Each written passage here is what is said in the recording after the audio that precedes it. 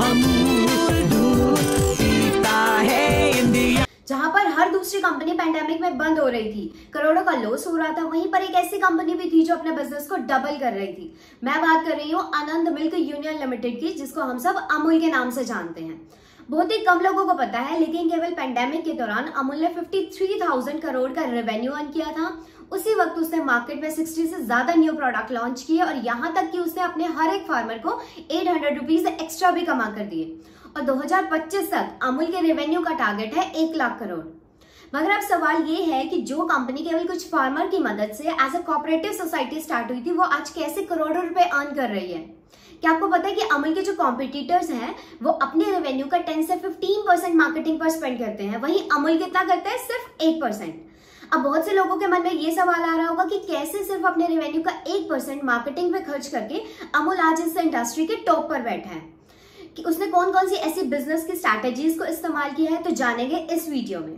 तो ये कहानी शुरू होती है आज से लगभग 75 साल पहले, जब फार्मर्स की हालत बहुत ही ज्यादा खराब हुआ करती थी।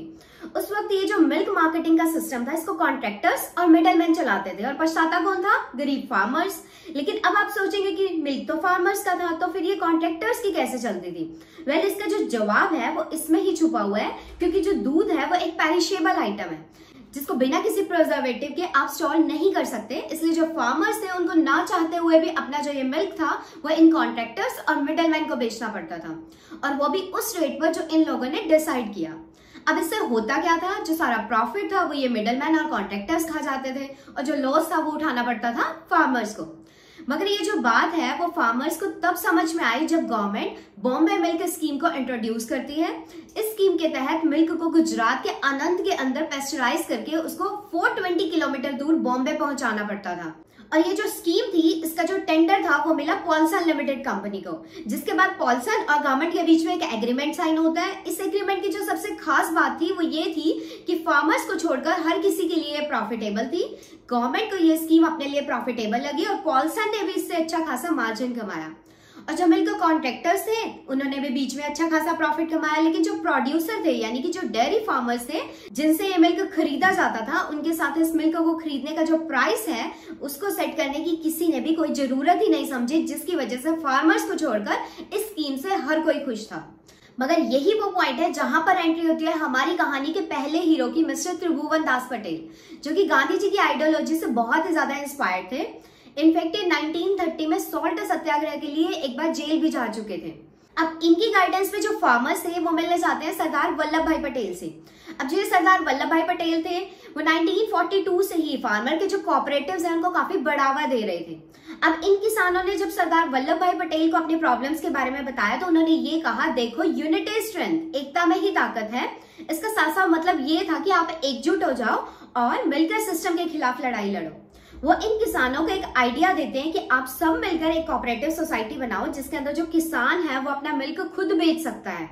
और ये जो सोसाइटी होगी, इनका अपना एक पेस्चराइजेशन प्लांट भी होना चाहिए, ताकि जो बॉम्बे वाली स्कीम है ये लोग उसके लिए भी बिना किसी कॉन्ट्रैक्टर या मिडलमैन के क्वालिफाई कर पाए। इवन उन्होंने तो अपने ट्रस्टी मोरारजी देसाई को कायरा डिस्ट्रिक्ट भेजा और कहा कि किसानों की मदद करो इस कोऑपरेटिव सोसाइटी को बनाने में। जिसके बाद मोरारजी देसाई जैन 1946 में समरका गाँव में एक मीटिंग बुलाते हैं, और इस मीटिंग में ये डिसाइड किया जाता है कि कायरा डिस्ट्रिक्ट के अंदर जितने भी गांव हैं उन सब के अंदर एक कोऑपरेटिव सोसाइटी ऑर्गेनाइज की जाएगी, और सारे के सारे फार्मर्स अपना मिल्क इस कोऑपरेटिव सोसाइटी को ही बेचेंगे। ये सारे के सारे फार्मर्स उसी यूनियन को ही अपना मिल्क सप्लाई करेंगे, जिसके पास उस मिल्क को प्रोसेस करने की फैसिलिटी होगी।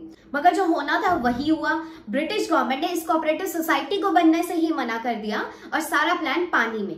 लेकिन अब क्या, जो फार्मर्स थे उन्होंने स्ट्राइक कर दी और अगले 15 दिनों तक किसी को दूध की एक बूंद भी नहीं मिली। इस वजह से गवर्नमेंट की जो बॉम्बे मिल्क स्कीम थी वो पूरी तरह से कोलैप्स कर जाती है, और ये वो पॉइंट बनता है जहां पर किसानों को गवर्नमेंट के अगेंस्ट अपनी पहली जीत हासिल होती है, और मजबूरन गवर्नमेंट उनकी सारी डिमांड्स मान लेती है।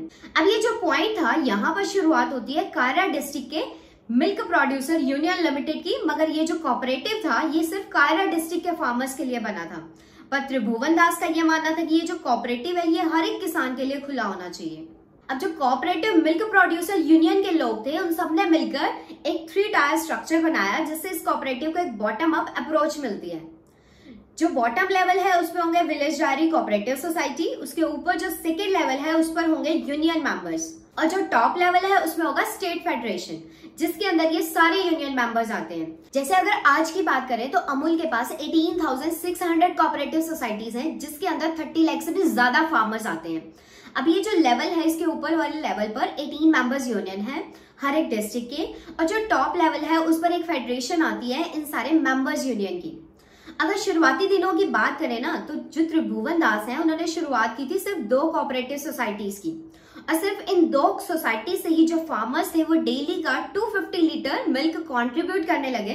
फिर साल 1948 के एंड तक 432 फार्मर्स जुड़ चुके थे इस मेंबर यूनियन से, जिसके कारण इस यूनियन की डेयरी मिल्क की जो कैपेसिटी थी वो पहुंच चुकी थी 5000 लीटर।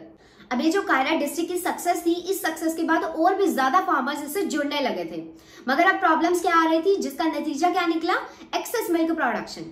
और ये जो ज्यादा दूध प्रोड्यूस करने की प्रॉब्लम थी, ये तब और ज्यादा बढ़ जाती है क्योंकि विंटर में जो बफेलोज होते हैं वो समर से 2 गुना ज्यादा मिल्क प्रोड्यूस करते हैं। अब ये वो पॉइंट आ गया था जहां पर एंट्री होती है हमारी कहानी के दूसरे हीरो की, मिस्टर वर्गीस कुरियन। अब वो इस प्रॉब्लम का सॉल्यूशन करके ही देते हैं, और यही कारण है कि आज हम इनको फादर ऑफ व्हाइट रिवॉल्यूशन भी कहते हैं। अब यह 1949 में कुरियन डेयरी डिवीजन के ऑफिसर बनते हैं, जिसके लिए इन्हें जाना पड़ता है गुजरात के आनंद डिस्ट्रिक्ट में। वहां जाकर इन्हें एक बटर मेकिंग फैसिलिटीज को संभाले दिया जाता है, मगर किस्मत की बात तो देखो, जिस बिल्डिंग में ये काम कर रहे थे उसकी आधी building Kaira cooperative milk society union use कर रही थी, और यही वो जगह है जहां पर हमारी कहानी के पहले हीरो और दूसरे हीरो मिलते हैं। इस बिल्डिंग के अंदर ही त्रिभुवन दास और वर्गीस कुरियन की मुलाकात होती है। अब त्रिभुवन दास जो थे वो ऑलरेडी अपनी इस यूनियन को लेकर काफी ज्यादा पैशनेट थे, और उनके इस जज्बे को देखकर कुरियन भी उनसे काफी ज्यादा इंप्रेस थे। इनफैक्ट जब भी कोऑपरेटिव की कोई मशीन खराब होती थी तो कुरियन ही आकर उसको ठीक करते थे, जिस वजह से धीरे धीरे त्रिभुवन दास और कुरियन की दोस्ती और गहरी हो जाती है। और फिर आगे चलकर जो कुरियन है वो इस कोऑपरेटिव सोसाइटी के एग्जीक्यूटिव हेड बनते हैं। अब मैं यहाँ पर आपको एक इंपॉर्टेंट बात बता दूं कि जो डॉक्टर कुरियन थे ना, उन्होंने ही कायरा डिस्ट्रिक्ट कोऑपरेटिव का नाम अमूल रखा था, और ये जो नाम था उनको एक केमिस्ट ने सजेस्ट किया था। अमूल जो शब्द है वो संस्कृत के शब्द अमूल्य से आता है, जिसका मतलब होता है प्राइसलेस। अब डॉक्टर कुरियन को ब्रांड का नेम तो पता लग गया, ब्रांड तो उन्होंने सोच लिया, लेकिन इस ब्रांड की कोई आइडेंटिटी नहीं थी। अब जरूरत थी इसको एक आइडेंटिटी की, और पता है वो आइडेंटिटी क्या बनती है, अमूल गर्ल। ये वही लड़की, आपको याद होगा अटरली बटरली डिलीशियस वाली लड़की, ये वही लड़की है जिसने व्हाइट फ्रॉक पहनी हुई है विद रेड पॉल डॉट्स। और इस एड को लोगों ने इतना ज्यादा पसंद किया कि इसको गिनीज वर्ल्ड रिकॉर्ड भी मिल चुका है for the longest running ad campaign. Amul का ये जो एड है वो 1966 में शुरू हुआ था और आज तक चलता आ रहा है। अब सब कुछ सही चल रहा था, लेकिन एक दिक्कत थी, और वह दिक्कत क्या थी कि अमूल का जो बटर था ना वो पॉल्सन के बटर के सामने बिल्कुल फ्लॉप हो जाता है। अब यहाँ पर अगर क्वालिटी की बात करें तो अमूल का जो बटर था वो पॉल्सन के बटर से ज्यादा हेल्दी भी था और ज्यादा सुपीरियर भी था, लेकिन फिर भी नहीं चलता। फिर जब अमूल इसके पीछे का रीजन ढूंढते हैं तो उन्हें बहुत हैरानी होती है कि पॉल्सन का जो बटर था उसको बासी क्रीम से बनाया जाता था, लेकिन वहीं पर जो अमूल का बटर था वो बनता था फ्रेश क्रीम से। पॉल्सन का जो बटर था वो काऊ के मिल्क से बनता था, जिसकी वजह से उसका जो कलर निकल कर आता था वो येलो कलर का होता था। अब दरअसल बात ये थी कि इतने साल पॉल्सन का बटर खाते खाते लोगों को पॉल्सन के बटर की ही आदत पड़ चुकी थी, मगर वहीं पर जो अमूल का बटर था वो व्हाइट कलर का आता था और ना ही उसमें कोई टेस्ट होता था, तो कोई क्यों ही उसके बटर को खाएगा। फिर अमूल ने क्या किया, वही जो सारी कंपनीज करती हैं, अमूल ने भी पॉल्सन की तरह ही अपने बटर के अंदर एडिटिव्स डालकर उसके कलर और उसके टेस्ट दोनों को ही चेंज कर दिया। अब ये जो चीज थी इससे डॉक्टर कुरियन कुछ ज्यादा खुश नहीं थे, मगर वक्त आते आते उनको ये समझ में आ जाता है कि जो कस्टमर्स हैं उनकी सेटिस्फेक्शन ही सबसे ज्यादा जरूरी है, और कस्टमर्स को तो ये नमक वाला बटर ही पसंद आ रहा था।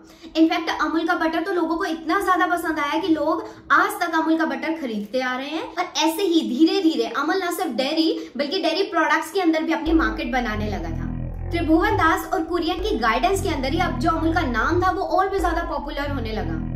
मगर प्रॉब्लम क्या थी, अब यहाँ पर एक प्रॉब्लम आती है कि अगर गुजरात के हर एक डिस्ट्रिक्ट के अंदर ये यूनियन खोल दी जाती है, ये यूनियन बना दी जाती है, तो इन यूनियंस की पावर बहुत ज्यादा हो जाएगी। इसलिए इस प्रॉब्लम को यहीं पर रोकने के लिए गवर्नमेंट ने Gujarat cooperative milk marketing federation limited इस एंटिटी को सेटअप किया।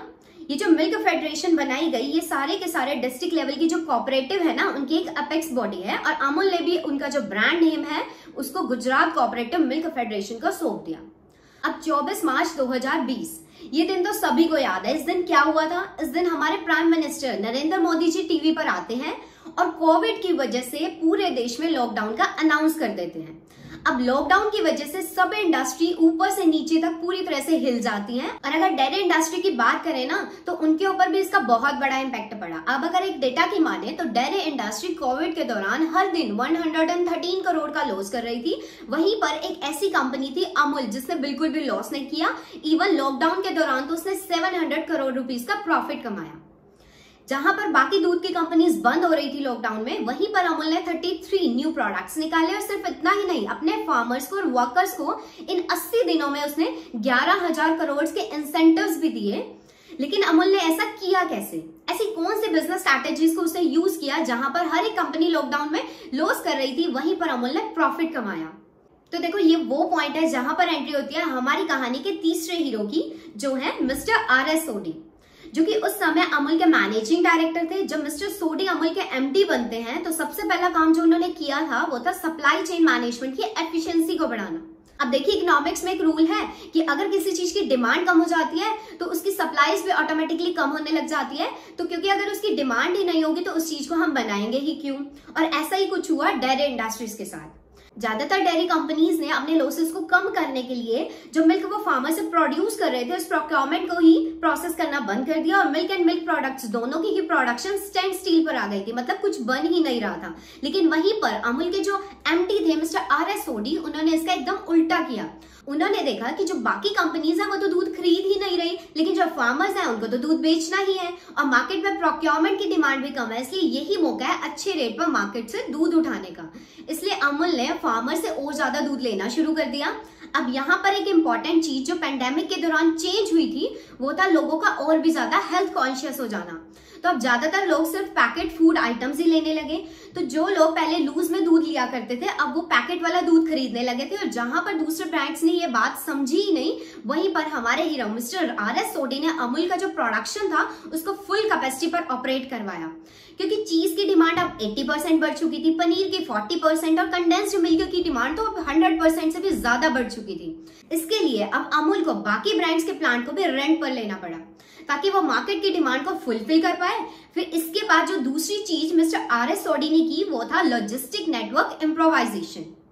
हुआ कुछ ऐसा कि जो दूध पहले ट्रक्स के थ्रू ट्रांसपोर्ट किया जाता था, अब पेंडेमिक के दौरान उसी दूध को ट्रेन से ट्रांसपोर्ट कराने लगे। अब आप खुद ही सोचो कि जो ट्रक ड्राइवर्स थे उनकी जॉब तो पहले ही चली गई थी, क्योंकि गवर्नमेंट ने इतने सारे रेस्ट्रिक्शंस जो लगा रखे थे। लेकिन अमूल ने इसके अंदर भी अपना एक रास्ता निकाल लिया। अब देखो, अमूल कोई छोटी कंपनी तो है नहीं, इतने सारे लोगों को इतनी मुश्किल हालातों में भी अमूल ने इतनी एफिशिएंटली कैसे मैनेज कर लिया? इस चीज का जवाब है स्ट्रैटेजिक पार्टनरशिप। अमूल ने IBM के साथ एक पार्टनरशिप की, जिसमें IBM ने अमूल को एक फुल्ली डिजिटल सिस्टम बनाकर दिया। इसका इस्तेमाल करते ही जो अमूल का मैनेजमेंट है उसको हर एक चीज, जैसे कि कौन सा प्लांट कितने कैपेसिटी पर रन कर रहे हैं, कौन सा सप्लाई ट्रक्स कहाँ जाने हैं और इस वक्त कहाँ पर है, कौन सा प्लांट और कौन सा ऐसा ट्रक है जो कि इस वक्त खाली पड़ा है, ताकि उसे यूटिलाइज किया जा सके। IBM सिस्टम की हेल्प से जो एक्स्ट्रा वर्कलोड है उनको इन प्लांट्स और ट्रक्स के ऊपर डाला गया, जिसकी वजह से अमूल ने मार्केट में जो बढ़ती हुई डिमांड है उसको फुलफिल करके दिखाया। और इस फुली डिजिटल सिस्टम की वजह से जो अमूल की एफिशिएंसी और आउटपुट है वो इतना ज्यादा बढ़ गए कि अमूल ने अपने स्टाफ को इंसेंटिव्स देने स्टार्ट कर दिए थे। इसके साथ साथ उनके रहने और खाने के अरेंजमेंट्स भी अमूल ने करवा कर दिए, जिससे कि वो पेंडेमिक के दौरान बीमार ना पड़े और आउटपुट ज्यादा से ज्यादा निकल कर आए। सो गाइज, अगर अब तक आपको मेरी ये वीडियो पसंद आ रही है तो वीडियो को लाइक कर दीजिए और चैनल को सब्सक्राइब जरूर कर दीजिए, ताकि आगे आने वाली हर एक इंफॉर्मेटिव वीडियो का नोटिफिकेशन आपको मिलता रहे। अब इसके बाद जो मिस्टर सोडी हैं, उन्होंने कंपनी के ऑनलाइन प्रेजेंस के ऊपर काम करना शुरू किया। इसके लिए उन्होंने अमूल के प्रोडक्ट्स को Amazon, Zepto, Blinkit, Swiggy, Instamart हर एक जगह पर लिस्ट करवाया। लेकिन इनमें से कोई भी स्ट्रेटेजी काम नहीं करती अगर वो एक चीज पर ध्यान नहीं देते, और वो है अम्ब्रेला मार्केटिंग। अब ये अम्ब्रेला मार्केटिंग क्या होती है, इसको मैं आपको एक एग्जांपल से समझाती हूँ। आपने HUL का नाम तो सुना ही होगा, हिंदुस्तान यूनिलीवर लिमिटेड। अब है तो ये हिंदुस्तान यूनिलीवर, लेकिन है ये एक ब्रिटिश कंपनी की सब्सिडरी कंपनी जो इंडिया में 50 से भी ज्यादा ब्रांड्स चलाती है। अब ये क्या करती है, ये अपने हर एक ब्रांड को अलग ब्रांड नेम से मार्केट करती है, जैसे एक्स का परफ्यूम, ब्रुक बॉन्ड की चाय, डव का सॉप एक्सेट्रा। अब जैसे HUL ने अपने सारे प्रोडक्ट्स को अलग ब्रांड नेम से मार्केट किया है, वहीं पर जो अमूल है ना, उसने अपने सारे प्रोडक्ट्स को एक ही ब्रांड नेम यानी कि अमूल के नाम से ही मार्केट किया है। और इसी मार्केटिंग स्ट्रैटेजीज को कहा जाता है अम्ब्रेला मार्केटिंग। इसी की वजह से उनकी जो मार्केटिंग कॉस्ट है वो बहुत कम आती है। अमूल अपने सारे प्रोडक्ट्स को सिर्फ एक ही टैगलाइन से मार्केट करता है और वो टैगलाइन है Amul the taste of India. और अमूल की जो ये टैगलाइन है ना, वो पिछले 25 सालों से चलती आ रही है। आपने बचपन में तो सुना ही होगा कि अमूल दूध पीता है इंडिया। तो देखिए अब इतने सालों से अमूल कैसे एक इकलौती ब्रांड टैगलाइन को यूज करके कैसे आज तक रेलेवेंट रह पाए हैं। तो देखो इसका जवाब जो है वो छुपा हुआ है अमूल के एड्स में ही। अमूल जो है उसने हमेशा से he tried and tested campaign का इस्तेमाल किया है। उन्होंने कहा है कि हमें कुछ बहुत ज्यादा नया करने की जरूरत नहीं है। अब देखो लॉकडाउन के दौरान ज्यादातर लोग घर पर बैठे हुए थे, तो बहुत सारे लोग हद से ज्यादा टीवी देख रहे थे। उसी वक्त दूरदर्शन ने ये डिसाइड किया कि रामानंद सागर की रामायण और B.R. चोपड़ा की महाभारत को वो टीवी पर रिपीट करेंगे। अब जब ये बात बाहर आती है तो ये सुनकर अमूल को अपना जैकपॉट मिल गया। अमूल ने कहा कि ये जो 2 टीवी शोज चलेंगे तो मतलब अब जो 90 के लोग हैं वो वापस से टीवी पर आएंगे। पर इससे होगा क्या, तो ऐसा करते हैं कि हम भी हमारे जो 90s के एड्स हैं उनको टीवी पर रन करना शुरू कर देते हैं। इससे जो पुराने एड्स को देखेगा वो अपने बचपन के दिनों में चला जाएगा और बचपन की यादें किसको नहीं पसंद होती। इस तरह से अमूल ने लॉकडाउन में भी अपने करोड़ों रुपए कमाए। इनफैक्ट अब जो अमूल गर्ल के एड्स थे वो हफ्ते में एक बार नहीं बल्कि हफ्ते में 3 बार दिखाए जाने लगे। इन सभी बिजनेस स्ट्रैटेजीज को यूज करके मिस्टर R.S. सोडी ने अमूल को पेंडेमिक के दौरान भी प्रॉफिटेबल रखा। अमूल की वजह से ही आज इंडिया दुनिया का सबसे बड़ा मिल्क प्रोड्यूसर देश बन गया है। और एक और फन फैक्ट बताऊं मैं आपको अमूल के बारे में। अगर मैं बोलूं कि हमारे देश में एक ऐसी मूवी बनी है जिसको 5 लाख फार्मर्स ने 2-2 रुपए का डोनेशन देकर बनवाया, तो क्या आप यकीन करेंगे? मैं बात कर रही हूँ अमूल की सक्सेस स्टोरी के ऊपर बनी मूवी की, जिसका नाम है मंथन। ये मूवी अपने टाइम पर ब्लॉकबस्टर थी। इनफैक्ट इसने 2 नेशनल अवार्ड्स भी जीते थे और इंडिया के लिए यही वो मोमेंट था जब 1976 के अंदर हमारी कोई मूवी ऑफिशियल ऑस्कर के लिए नॉमिनेट हुई थी। सो देखिए गाइस कैसे अमूल ने अपनी सक्सेस स्टोरी से पूरे भारत का नाम दुनिया में रोशन किया है। तो गाइस अमूल की ये सक्सेस स्टोरी हर एक आदमी को पता होनी चाहिए। अगर आपको आज की मेरी ये वीडियो पसंद आई है तो वीडियो को लाइक और चैनल को सब्सक्राइब जरूर कर दीजिए ताकि आगे आने वाली हर एक इन्फॉर्मेटिव वीडियो का नोटिफिकेशन आपको मिलता रहे। So thank you guys.